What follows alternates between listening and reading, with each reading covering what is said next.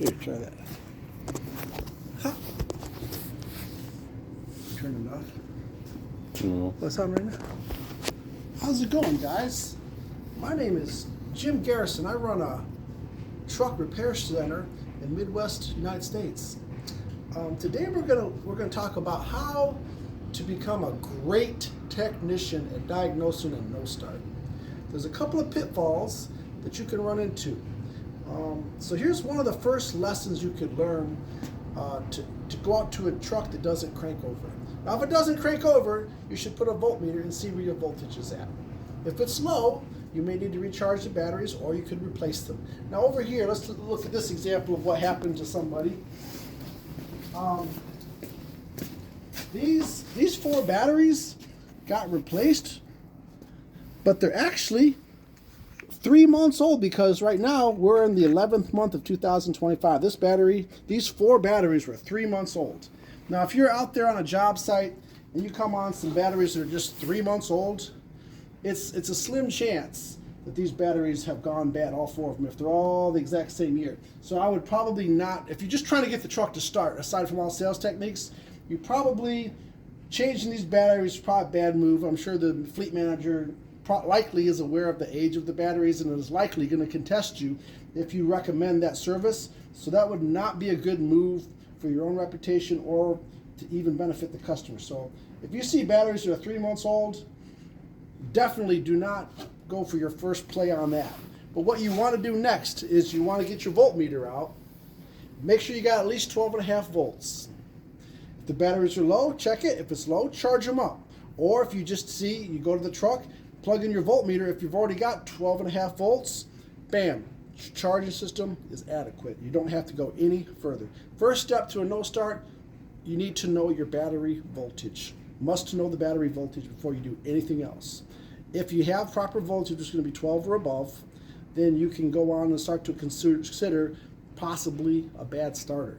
How will you know? Let's find out. All you need to know is all you need to know to test a starter is some very, very basic low-cost tools. Just a piece of 10 gauge wire. This is 10 gauge. You don't want to use 12 gauge because it can get too hot.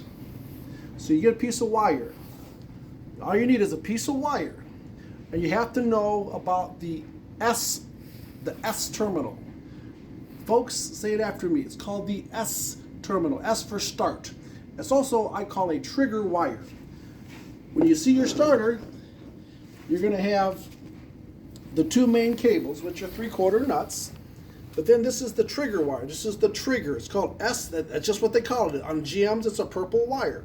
And this is the trigger wire. So when you turn a key, positive voltage goes here.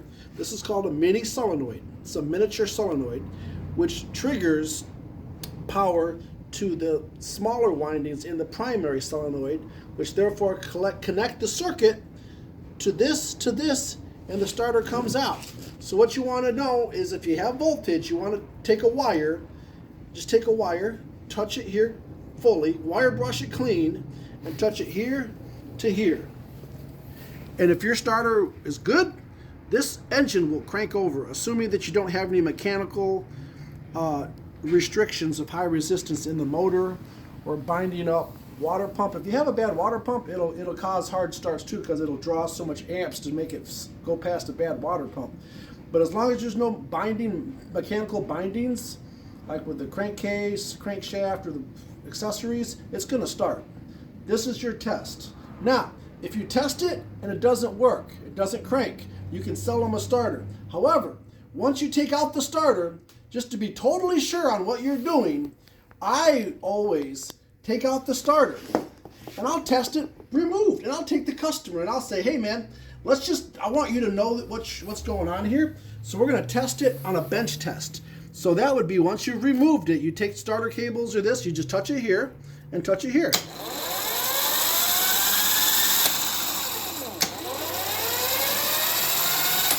That starter is bad for 2 reasons. A, it's cranking at half speed, and B, it doesn't protrude. It's not coming out. Once more time. That thing is a sick puppy, sir.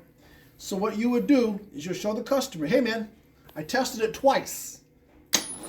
And then what you want to do is get the customer, in his mind, to believe you, to know that that starter's bad. He's not getting scammed. That's a bad fucking starter. In his mind, by his own opinion. Then what you'll do is you'll take the starter to the store. And before you buy the starter, you want to go take this into the parts counter, stick it on there, you open up the box before you buy it, and you want to verify the part numbers are the same. Last thing you want to do is drive for 3 hours and be sold the wrong part by some accidentally guy at the store. Take this to the store, put it on the table. Don't buy the starter until you verify, okay, I've got a match. The teeth are the same, this is a match. The only thing that you might see is this could be placed on the side, which is not, if this is placed on the side, that's not a concern, but you want to make sure that the teeth are the same size, everything is the same. Put them side by side. However, now, when you get back to the truck, you want to tell the customer, hey, I'm back, but you know what? Wouldn't that fucking suck if this part was bad out the box? Wouldn't that suck if I put this starter in and it didn't even crank? How do we know this starter's even good? Same thing, watch this. Whoa, it's on fire, dude. Careful, you hurt yourself, man.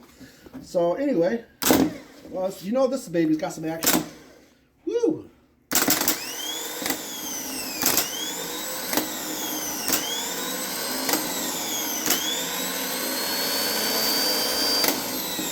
See how that stuck out and it went like 3 times faster? So now you can tell the customer, hey man, that one's bad, this one's good, you're going to put it in. That way the customer has absolutely no question in his mind that you're anything less than a qualified, competent expert at your trade. And you deserve to be respected because you know what the fuck you're doing. Thank you very much. If you have any other questions, look us up online. Have a good day.